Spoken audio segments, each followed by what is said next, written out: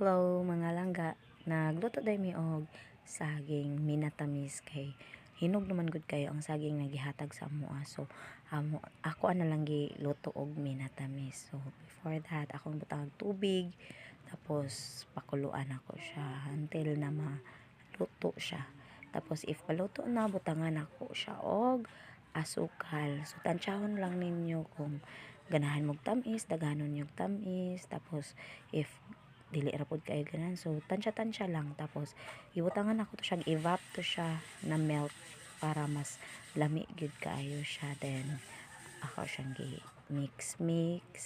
Tapos wala din ako na butang diri or wala na ako na-apil sa video ang pagbutang nako sa gata. So ang gata mo'y makadugang pa creamy sa iya. So mao na ni ang ato ang finished product. So lami kay siya mga langga, as in labi na og bugnaw ang panahon tas ulan-ulan. Lami kaayo. Tapos kanang sakto lang ang iya ang katamis.